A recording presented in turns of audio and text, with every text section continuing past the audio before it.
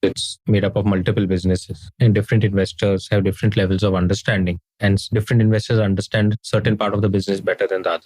I think it's our job to keep attempting to make our story as clear as possible, our vision as clear as possible, what we are doing as clear as possible, right? We can't take this attitude of if they don't understand, that's their problem. I think it's our problem, and we need to make our best effort to keep doing that.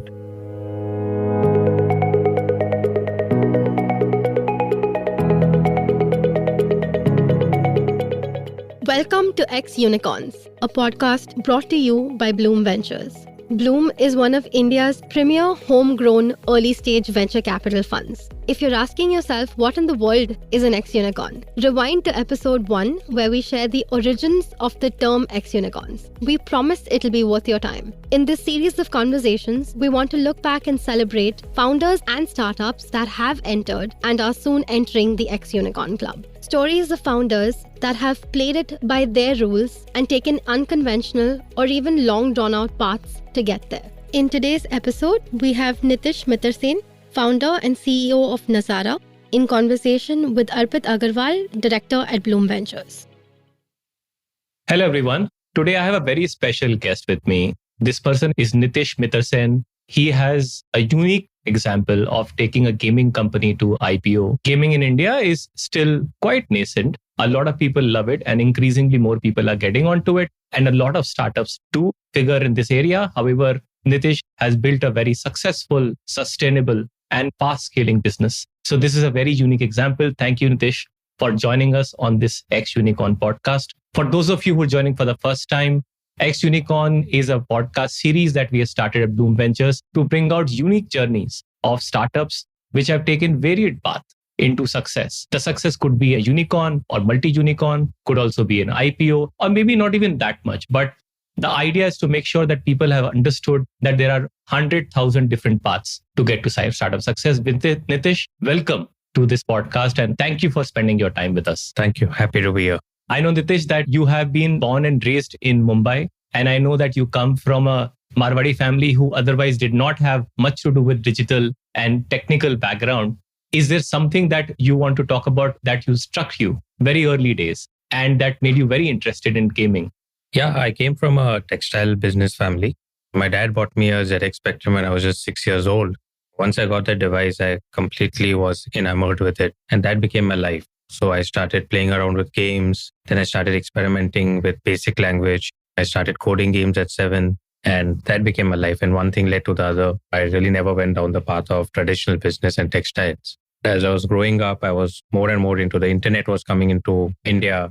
I was spending a lot of time with my mentor, Shammi Kapoor, the legendary actor. And we used to talk a lot about how the internet is going to change the entertainment industry. The dot-com boom was happening. And all of that, just plus my passion in gaming, made me think that gaming could become a large industry in India. It didn't exist at that point of time. I'm talking of 97, 98, but I just jumped into it. You were 22 when you started? I was younger, actually. I think 18, 19. What it means to run a business and what it would take to run a business? No, I didn't, honestly. The early years were tough for me, but I learned my lessons well, hopefully well, at that point of time. Okay. So because gaming was not a business per se, and people were still figuring out what even internet was, and I know that you have gone through a dot-com crash. We'll talk about this in a bit. How did you figure out the basics? And were there early mentors that were very useful at that point of time? Yeah, I think for me was this dream that gaming will become very large in India. I didn't realize when I was starting off that I was starting off too early, more than a decade too early. Devices didn't exist, internet bandwidth didn't exist, monetization methods didn't exist. But I just was enamored with that dream that I had, that sometime in the future gaming will become big. And as a young entrepreneur, 18, 19-year-old, you're not realizing that maybe you're too early in the market or whatever. So that's what I was pursuing. And that's how I started Nazara, put together a team, got some angel investors in 2000, just before the dot-com crash. And we did some interesting stuff. We were doing flash-based gaming. We had Nazara.com where people could log in. We were monetizing through brands. We did some interesting stuff. When I look back for that time, I think we were quite way ahead of the curve. In terms of mentors, like I said, spent quite some time with Shammi Kapoor.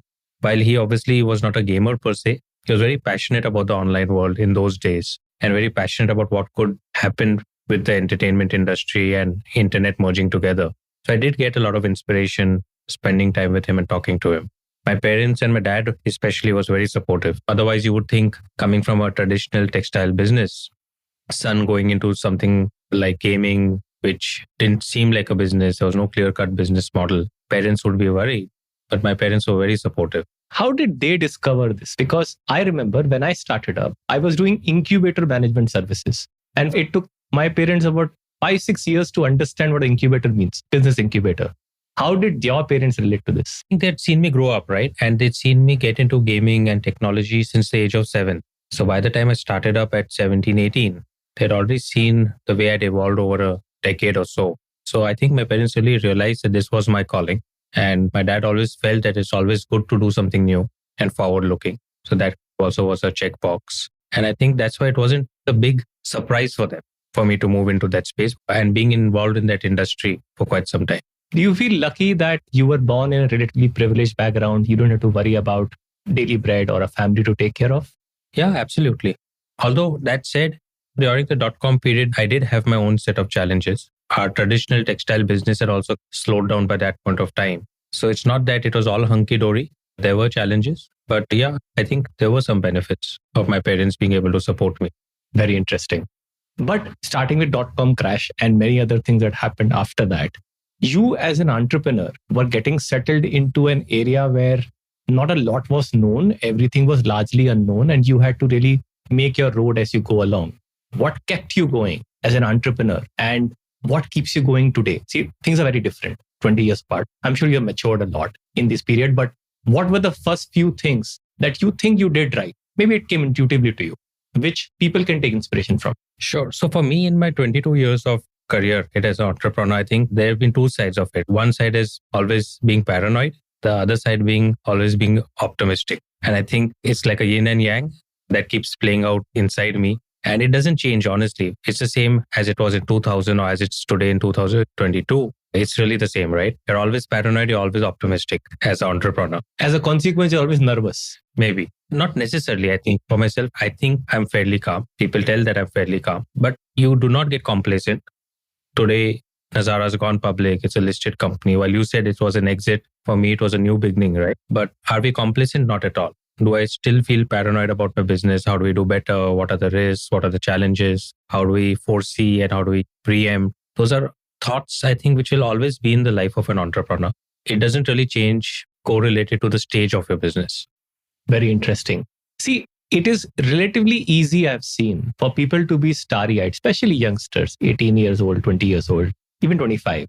Very easy for them to be starry-eyed and optimistic about situation and always overestimate your capability and underestimate the risks. How do you keep the balance between paranoia, which is also very essential, keeps you real, and optimism? Is there a secret sauce there? No, I think it's about being true to yourself, learning from your mistakes. For example, the dot-com crash early years taught me a few lessons, and I've tried to ingrain them into the DNA of the company and stay true to that. So I think as long as you will make mistakes, you will cross the line at some point of time in terms of your over-optimism, like you just said. As long as you learn from your mistakes and remember them and don't keep repeating them, you will be okay. At times, people do become overconfident. I'm sure you've seen so many people becoming brash about decisions that they take, especially in these years when you get a lot of funding by stroke of luck, let's say. People do get brash, they start burning too much money. What would you have done? Suppose things are going very well. I'm sure there are good periods as well. What would you do to make sure that you are still balanced? I think my early experiences taught me a lot of humility. And therefore, I don't think brashness is something that comes easy to me. For example, the Nazara IPO happened after a lot of effort. And the euphoria perhaps would have lasted for maximum 24 hours, right? And then it was forgotten and you were back to the next thing. So I think if you've been an entrepreneur for many, many years, been through a lot of ups and downs, you lose that brashness. At the same time, I think it also sometimes makes you a little conservative. And young entrepreneurs these days, I think they should be aggressive. They should be perhaps over optimistic because the market allows for that. You have enough risk capital available today and they should aim for the stars and at least land on the moon, right? Absolutely true and very well put. Is there anything in the support system, close family, parents, friends, who keep you sane, keep you focused, keep you more grounded? Family, of course. My parents, my wife, my kids. I'm very much a family person. And I think they're kind of the rock for me. Right. You can always go back to them when things are not doing very well. Talk about your hobbies. Do they also play a role? I know you are a musician. You're also learning martial art. Is there any role they play to help you learn new skills maybe, or keep you more focused, or take that downtime? Absolutely. So my music has played a great role, I think, over the years. I've been in a jazz band for 25 years. I picked up the sax not very early, maybe when I was 17, 18, just around the time I was starting my company. Your saxophone hobby is as old as Nazara. Absolutely. In fact, it was 2000 or 2001 when I also played the sax on the Movers and Shakers, Shakers Suman, which was very That's popular. right. I remember that show. Popular show. Yeah, so it's been there for a long time. So we have a star amongst ourselves. But I think how it has really helped me is to be a great de-stressor, especially at times of stress. And I pick up my sax, all the stress goes away. And therefore, even today, every weekend, I try and practice it. I put up my videos on Instagram or Facebook so that my friends can see it. I've seen those. So I think it's a great outlet to de-stress, any hobby like that. And I highly encourage it. The martial arts Krav Maga I picked up a few years back. I think I wanted to do something that was fit and something that was different. What I realized for myself is if you do new things, it keeps you young in mind, young in heart, more passionate.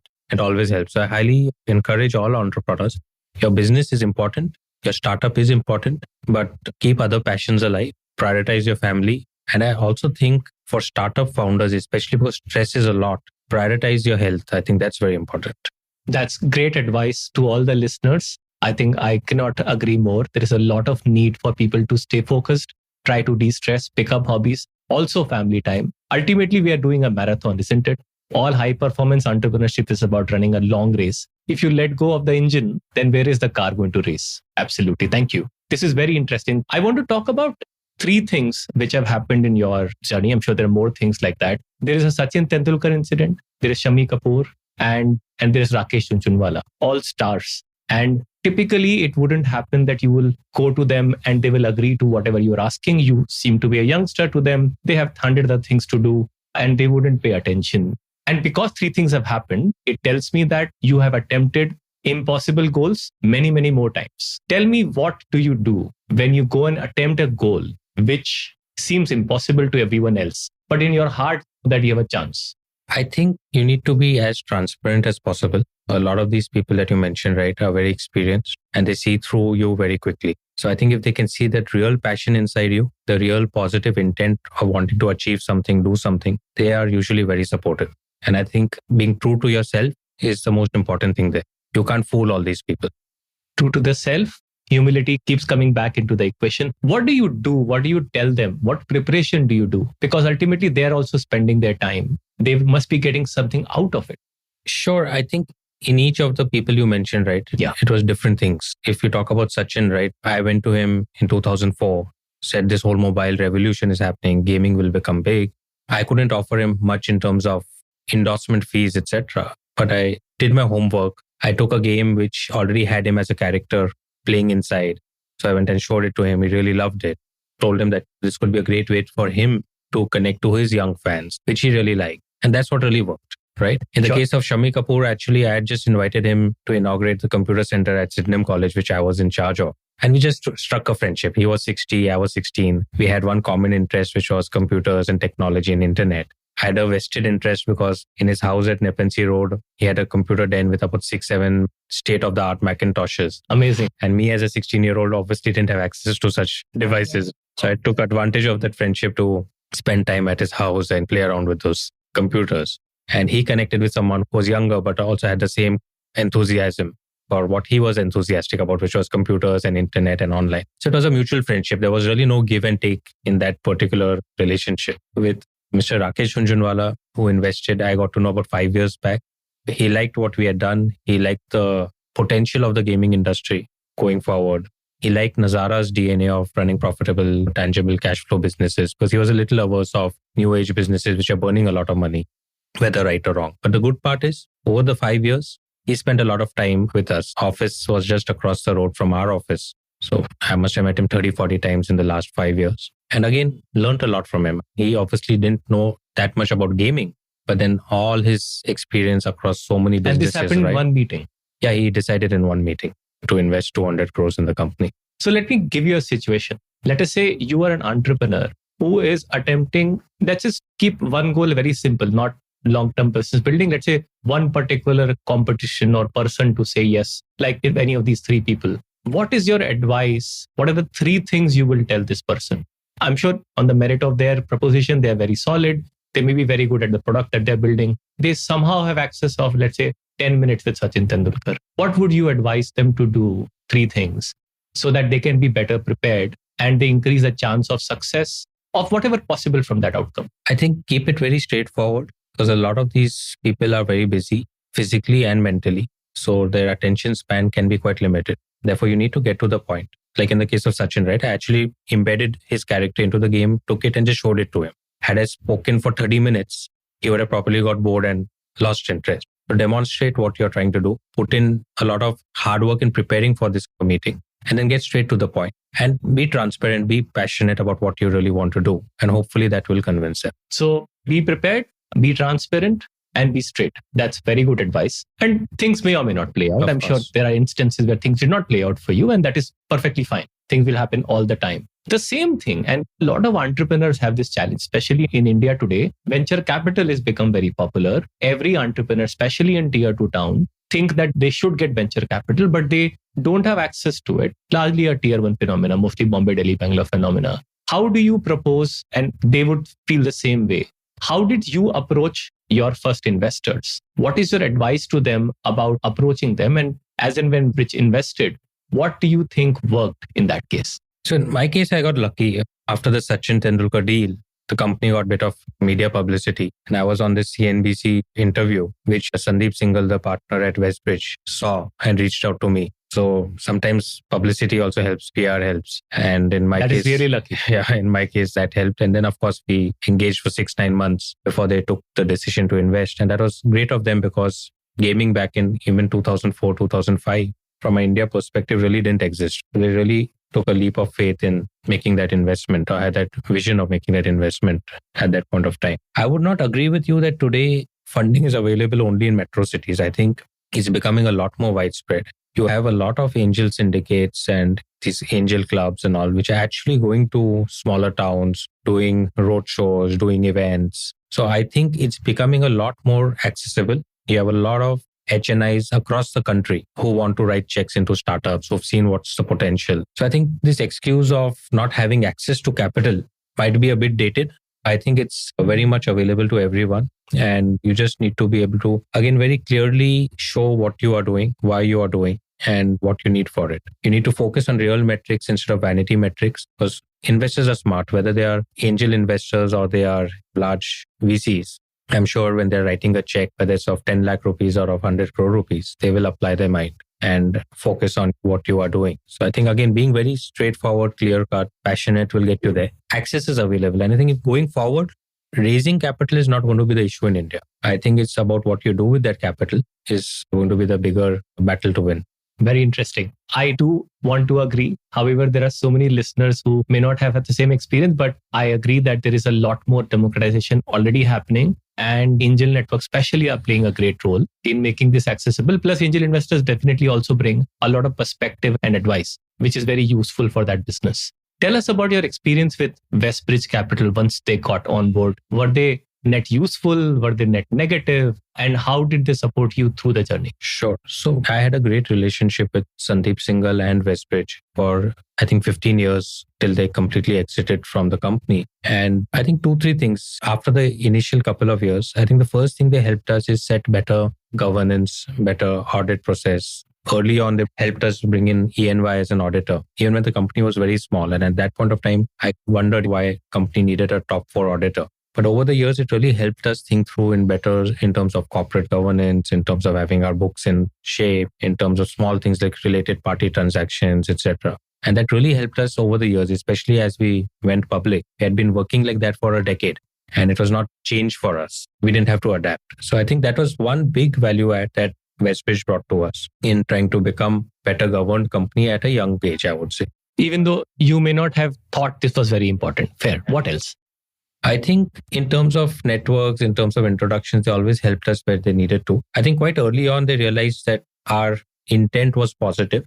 Our efforts were positive. Maybe the market was taking time to grow, but they didn't interfere much in our day-to-day operations. Let us be on our own and played more of a support role when we needed. So when I needed help, I would call, let's say, Sandeep Singhal. He was always accessible. To an extent, they also left us on our own to grow. And I think that worked well.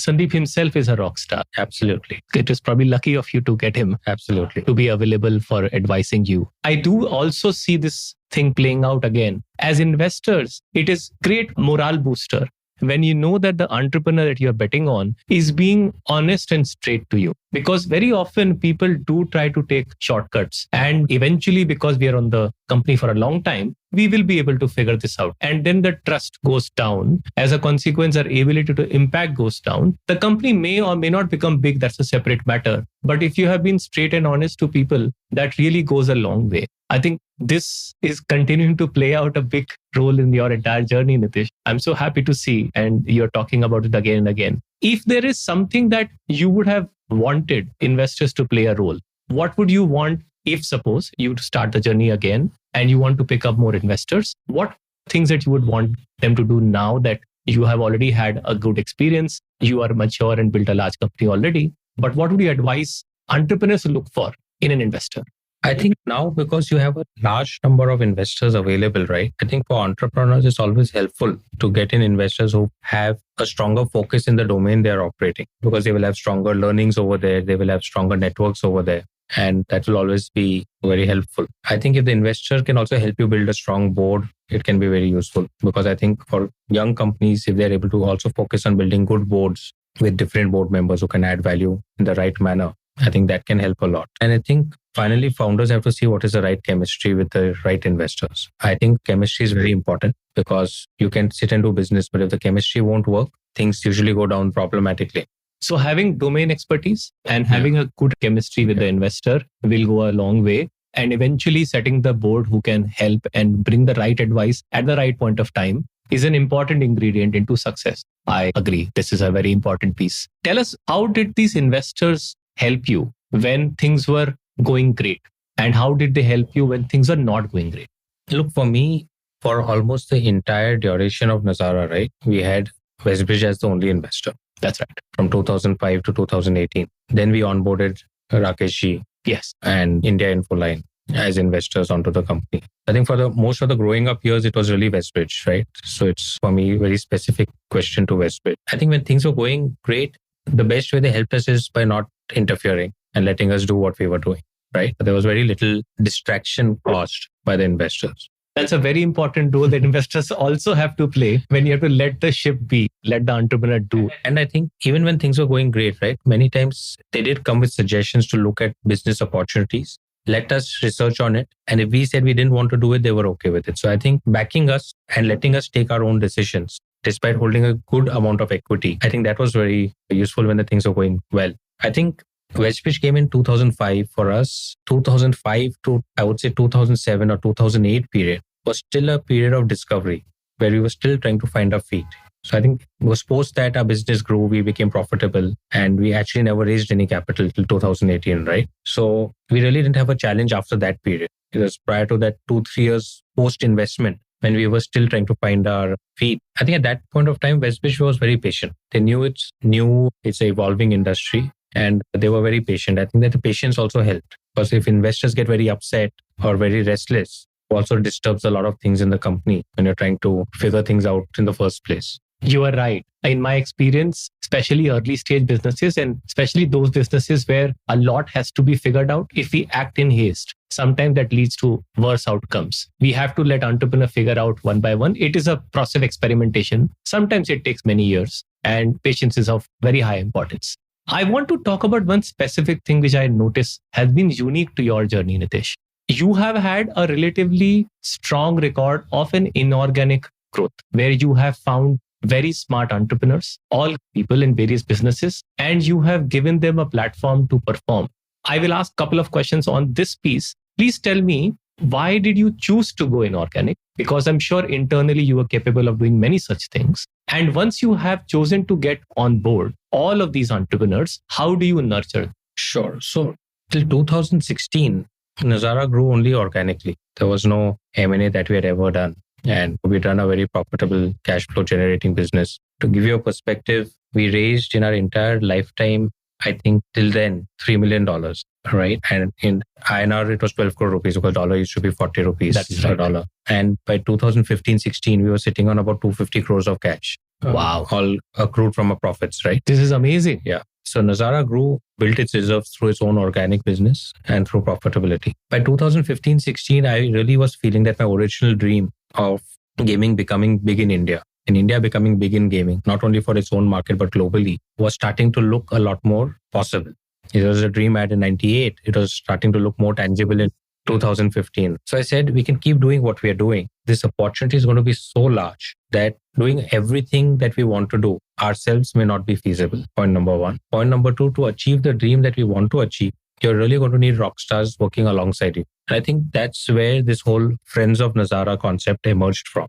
And because we were in the industry for so long, we knew a lot of other passionate entrepreneurs in the gaming space. And the idea was what if we could all come together and work together, right? Then we could really become 1 + 1 = 11 and create a lot more value for all of us and do something that is impactful. I think from that concept, we started getting into the M&A space, really driven by the Friends of Nazara structure or the idea of Friends of Nazara that we had in mind. And we were able to partner with very experienced and fantastic entrepreneurs in that space. The structure we got into worked well. We, of course, learned and tweaked it along the last 4-5 years. And what that has allowed us to do is today build a platform that has 20+ founders working alongside us. And getting that management team together professionally is almost impossible. It's also a very scalable model now. And Nazara can really, on that foundation, grow much faster, much more aggressively, not only in India, but globally. As you would have read, we just made our first acquisition in the US. That's right. Nazara emerged from India into a global gaming player is what our dream is. And this structure allows us for it. That's why we have been active in it. This is a great thing. What were your assumptions before you started this journey? And what did you discover that you needed to provide to make sure that such smart and ambitious people continue to be long-term motivated? I think for us, one of the key points there was that even if we were to acquire majority equity in these companies, we would let those teams continue to operate as they were operating before we entered the picture. We would not do M&A in a traditional sense where we merge the teams, we optimize cost functions, etc. Because you would have a lot of cultural clash. Every company is operating in its own culture. You let their culture be? Absolutely. We did not touch it. That is fabulous to hear. And except for getting certain aspects in place, for example, a common auditor and basic governance practices, improving there where it was not there. Except for that, we let the companies operate as it is and played a support role and also gave 100% operational freedom to the founders and the management teams over there. So I think similarly to how, let's say, Westbridge Capital left us on our own and played a support role is what we are doing with the companies we invest in. That was the assumption it will work well. And I think it has worked very well for us. Of course, smaller tweaks, smaller learnings are always there. And when you're running a new type of model, over the years, we are tweaking, improving, changing. But I think the broad path, what we envision, has worked very well. It is outstanding to see because this also requires a lot of discipline from you and Manish's side to not meddle with the affairs, to not bring synergies. Because let us say you are going to a same sponsor together, there'll be an instinct to go together, to share resources, and then both businesses don't work. It has to come organically and they may speak to each other. The CEOs can collaborate, they can figure this out, but they don't need to necessarily do together. Absolutely. I think our success has been more out of, I would say, EQ than IQ. Very well said. Thank you. I want to touch about also a very interesting part of your journey, Nitish. At some point of time, Manish came in. How has been your experience bringing a professional CEO from outside? What did you think would be the challenges in bringing him or her on, and how you think the relationship has now worked? Because today, as much as I read, it is like a double engine ki sarkar. So it is working very well for Nazara and all the shareholders put together. What is it that has worked? What would you advise the entrepreneurs to do if they are looking for one such thing and they've been advised to do some such thing? And what are the pitfalls that you may have avoided?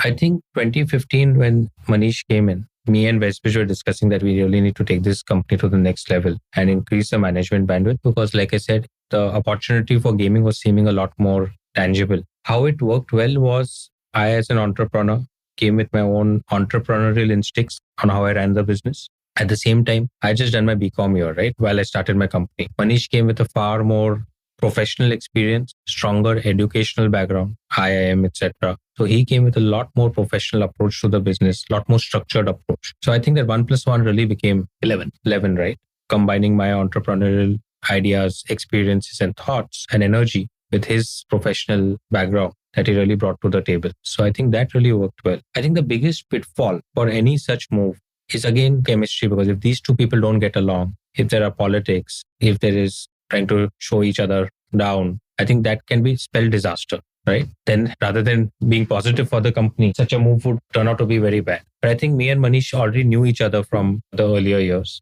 He's the CEO of Reliance Games, and me and he used to meet up once in 6 months for a breakfast just to catch up and exchange notes. But at least knew him for, I think, 3-4 years before we even had this discussion. That's very interesting. And that really helped smoothen the entry. And the rest is maybe we'll have to have a conversation with him sometime. I would love to get his perspective.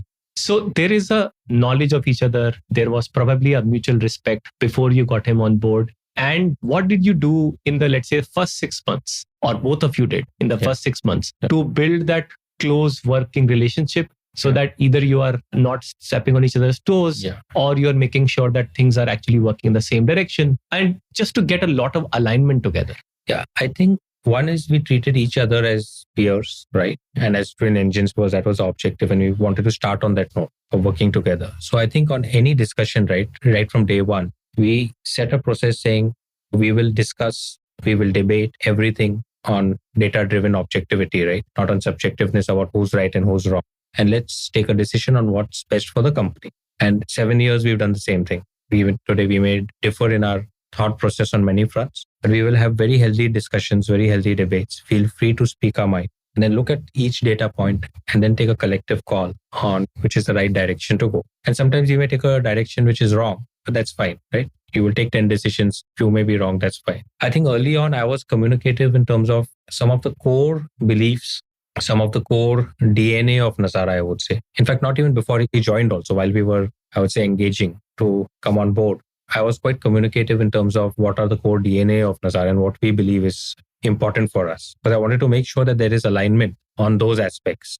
And luckily, Manish agreed to those aspects. And he, given to his credit, over the years has held those important DNA of ours very close to his heart and stayed true to that. On the other side, I think I gave him a lot of freedom and respect within the organization to take his decisions and be able to take charge. Because if he came in as a CEO, but he would not get that ability to be able to take decisions or even be perceived to be able to take those decisions within the organization, he would never be successful. So I think these are the things that worked. There is always this challenge of people who are working with you now not respecting a new person, or the other way around. He may have brought some people who don't automatically respect you. How do you handle that piece? It's very simple here. If the two of us respect each other, then that never happens. That's right. Right? But if there's an iota of doubt on that respect between each other, if I respect Manish 90% and he respects me 90%, then the rest, everything will happen.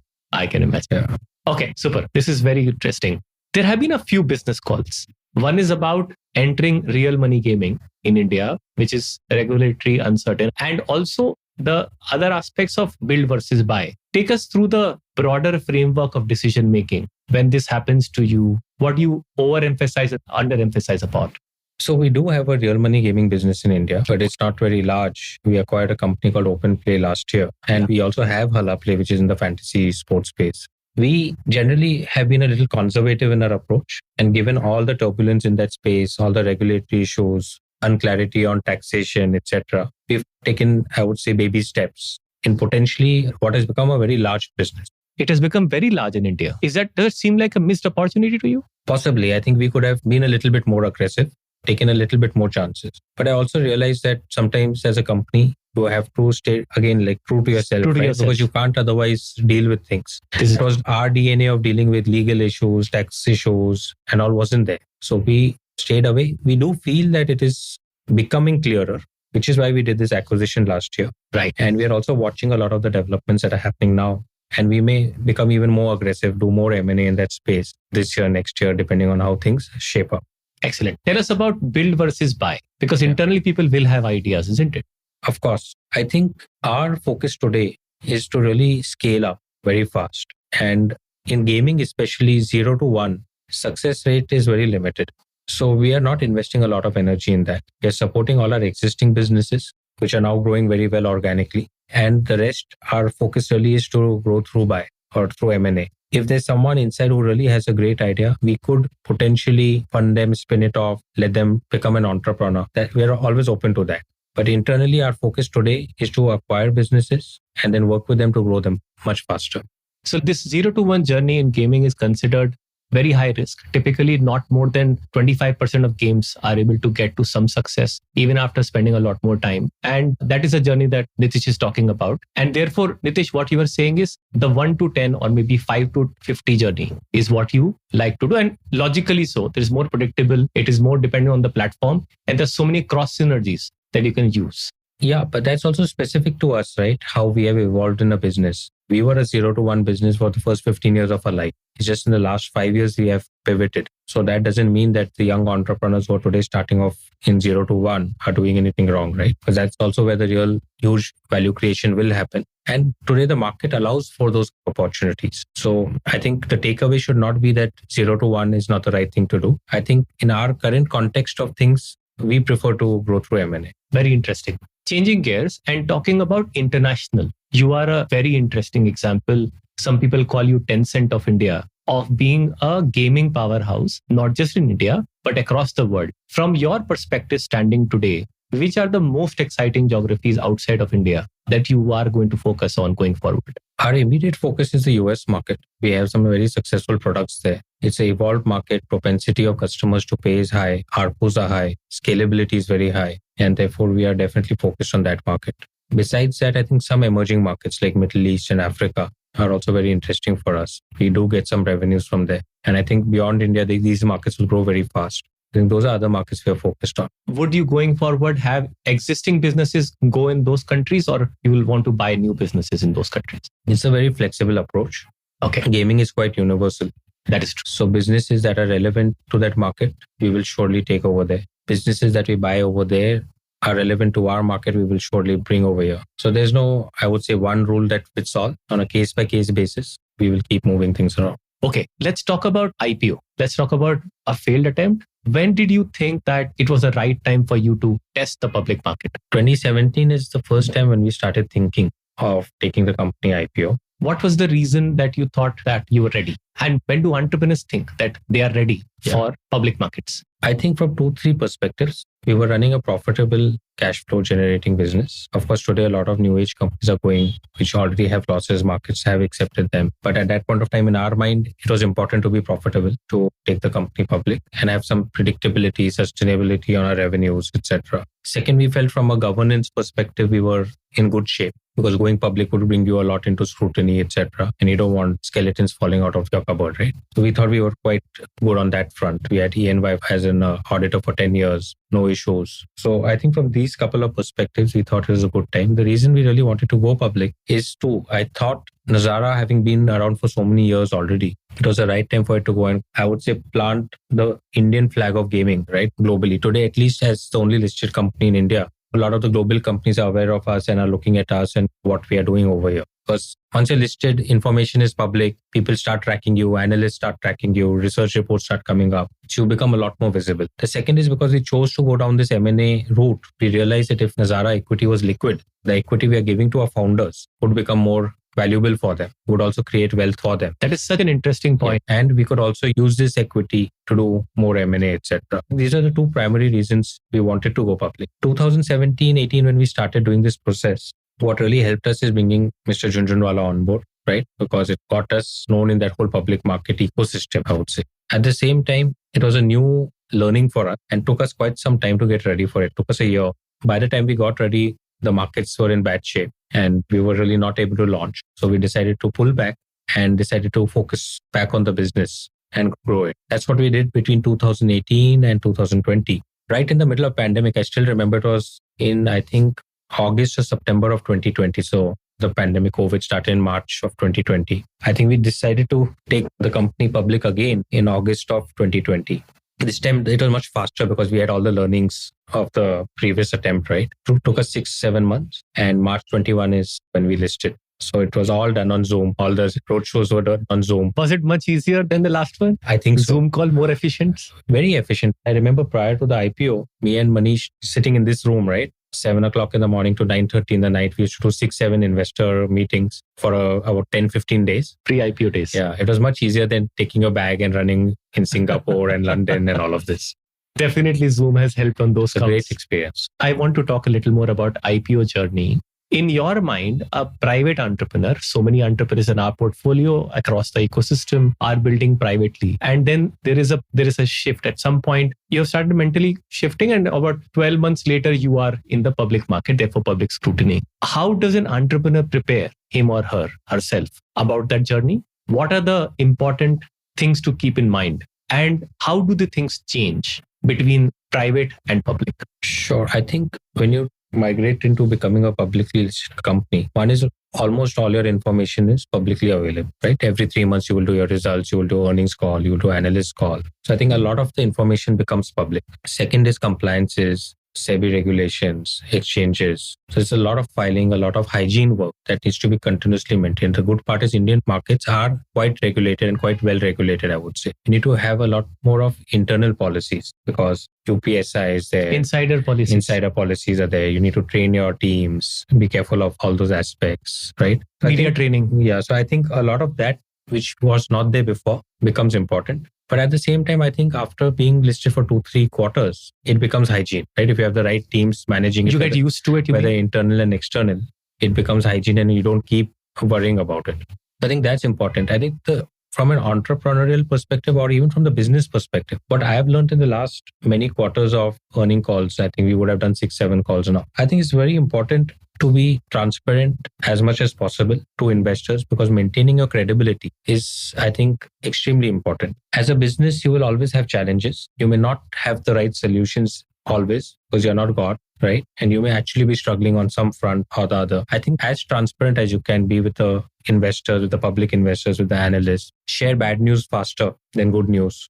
I think these things are very important. I think another thing I think is important is not to get trapped in the quarterly race, right? Because you have to deliver quarterly numbers. Your intention is to deliver good numbers. If you start optimizing for that quarter and sacrificing for midterm or long-term decisions, then that's very slippery slope that you won't be able to sustain for very long. And therefore, you need to get the right balance there and ensure that you're not sacrificing midterm to long-term growth and strategic decisions. And the last thing is you will engage with a lot of investors, a lot of analysts. They will all have their own views. You need to absorb all these views, respect all of them, engage in your own mind and with your own teams with all these views. But it's also very important to remember that all these people have invested in you because they believe that you are the right person to take the right decision. And therefore, it's really important to digest all these views, but then finally take the calls which you think is right so that the business can keep growing in the direction you think is the right way to do. There have not been gaming companies in general, fewer entertainment companies which are listed in India. Did you feel at any point people don't understand you? And if yes, what did you do to bridge that gap? Sure. I think Nazara even today is a fairly complex business because it's made up of multiple businesses and different investors have different levels of understanding and different investors understand certain part of the business better than the other. I think it's our job to keep attempting to make our story as clear as possible, our vision as clear as possible, what we are doing as clear as possible, right? We can't take this attitude of if they don't understand, that's their problem. I think it's our problem and we need to make our best effort to keep doing that. That said, Indian markets are maturing very fast. If you saw our IPO, right? Yes. It was oversubscribed heavily, even though you can say markets were euphoric at that point of time. Markets changed. Our timing was right. Today, we have small investors. Sometimes I'm surprised. I get emails from retail investors who may be holding 10 shares or 20 shares, but they've analyzed our entire results, asked very relevant questions, which we love to answer because they make us think as well. So I think investors are maturing in India. They are understanding potential of new age businesses. They are understanding businesses like gaming in the future can be very large and are betting on that. Wow. Lovely advice. I still want to go back to the private versus public piece because that's relevant for a lot of our portfolio founders also. Your company is doing well. It is growing. It has managed to raise a lot of money in private market, whichever markets you're part of. And now people have this fear that scrutiny will come to you, which will not allow you to do things the way you want it to. Mostly it is a fear. I'm not always saying that they have something else on their mind. And then there is a fear of being in scrutiny or in public eye all the time. That comes in the way of them taking the right decision. Maybe going to IPO is not the right decision. That's fine. But going to the right decision comes in their mind. What is your advice to people who are thinking of going IPO next 1-2 years or 3 years? See, I think scrutiny comes in the way of taking the wrong decision and not taking the right decision. If your intent is to do wrong things, then scrutiny will always hurt you, right? If as an entrepreneur, I want to do related party transactions, which are not up to the corporate governance mark, then going public and being under that scrutiny is a problem. If I'm not doing that, then scrutiny is never a problem. I think scrutiny is only helpful because it makes you reflect onto a lot of things you're doing. And it may help you take better decisions because you will constantly get feedback, right, from the market on whatever you're doing. And I think any company at some point of time has to grow up and be able to take that scrutiny. I think in terms of private versus public, when you go public, I think if you have a minimum certain scale in your business, predictability in your revenue, and a tangible path to profitability and cash flow generation, then I think it's potentially a good time to go public. Also, if you're able to define why you want to go public, right? Is it just because an investor wants to exit? That may not be the right reason to go public. So if you're able to define why you want to go public, and if you checkbox few of these, governance is in place, accounting, books and all are clean, majority of the organization is there, I think those are the time you can go public. What we have often advised our founders is that when you are thinking of going public, you're making a new commitment because you're entering a completely new market of maybe at least 5, if not 10 years. And that is a very important piece. Do you agree? Yeah, absolutely. Going IPO is not an exit. It's a completely a new beginning. It's a reset. And once you're in fact going public and onboarding hundreds of thousands of investors, it's your responsibility to carry them through, build for them, deliver value. So if you're an entrepreneur who wants to sell and exit the business in 2-3 years, then going public doesn't make sense at all. If you want to run this business for the next 10-20 years, create a lot more value, then going public makes sense. In your mind, that was the case about you personally? Yeah. Okay. That's very important, right? Okay. Thank you. Nitish, a few questions which are going to be rapid fire like. So tell us all about what books you read, what YouTube channel you subscribe to, what has been the latest movies that you see. What is Nitish as a person? Sure. I've over the years not been a very avid book reader, but during the pandemic, I really started reading books and I've really enjoyed reading books. So I've really doubled down on that. I've enjoyed reading a lot of autobiographies. I read through Warren Buffett's The Annual Letters from 1965 to 2022. Took me a couple of months to read that, but I really enjoyed it. I've really enjoyed in recent times reading the autobiography of Leonardo da Vinci, Michelangelo, and all these fantastic artists in those times. I've been reading a bit on Stoic philosophy, Marcus Aurelius and Seneca and all. I'm currently reading the letters by Seneca. So yeah, I enjoy all of that. I sometimes enjoy reading light stuff like P.G. Wodehouse. A habit I picked up from my grandfather, was really fond of P.G. Wodehouse. Yes. I'm right now listening on Audible to the autobiography of Charlie Chaplin. So it's pretty versatile. Very interesting. A lot of artists and philosophers and people who are masters of those times and not necessarily connected to business, apart from Warren Buffett, of course. What movies do you like watching? You like Bollywood mostly or also Hollywood? No, I like all types of movies. Although, again, I like watching the new Lord of the Rings show that I just started. So my favorite all-time movie is The Godfather. That's like it is a true masterpiece. I like a lot of the mafia type of movies. So yeah. Narcos would be on your mind, I'm sure. I watched it, yeah. Of course. Yes. What companies do you admire? What would you like Nazara to be, let's say 20 years from now? I think a company that is doing the right thing for its shareholders, for its team, and continuously evolving, pivoting, because businesses cannot remain stagnant. They have to take rebirth all the time to stay alive. Otherwise, you die as a business, right? I think Nazara 20 years later is alive, kicking, growing, delivering value to all its stakeholders. I think that's a good place to be. And forever after that. Of course. And forever after that. What food do you like? What is your last meal? What is your go-to comfort food? I'm fond of Indian food, traditional Indian food, all types. Of course, I've tried to be health conscious now, so I don't like to make food a very big priority. What is your last meal? Last meal is yesterday evening at 6 o'clock. Normal home food because I'm on a 10-day fast now, once a day eating. Oh, this Paryushan time. Yeah, correct. Yeah, okay. Thank you, Nitish, for being with us on this podcast. I personally learned so much There is so much that you have told us about venture building, all the right things to do in making the company successful. So thank you for sharing so liberally and so graciously. Thank you. For all you listeners, thank you all for checking out X Unicorn. This is a podcast that Blume Ventures has started, and we will be releasing a new episode every Tuesday. Our sound engineer is Shrey Tiwari and producer is Vedant Nayak of Manikpot Studios. See you all next time. Thank you.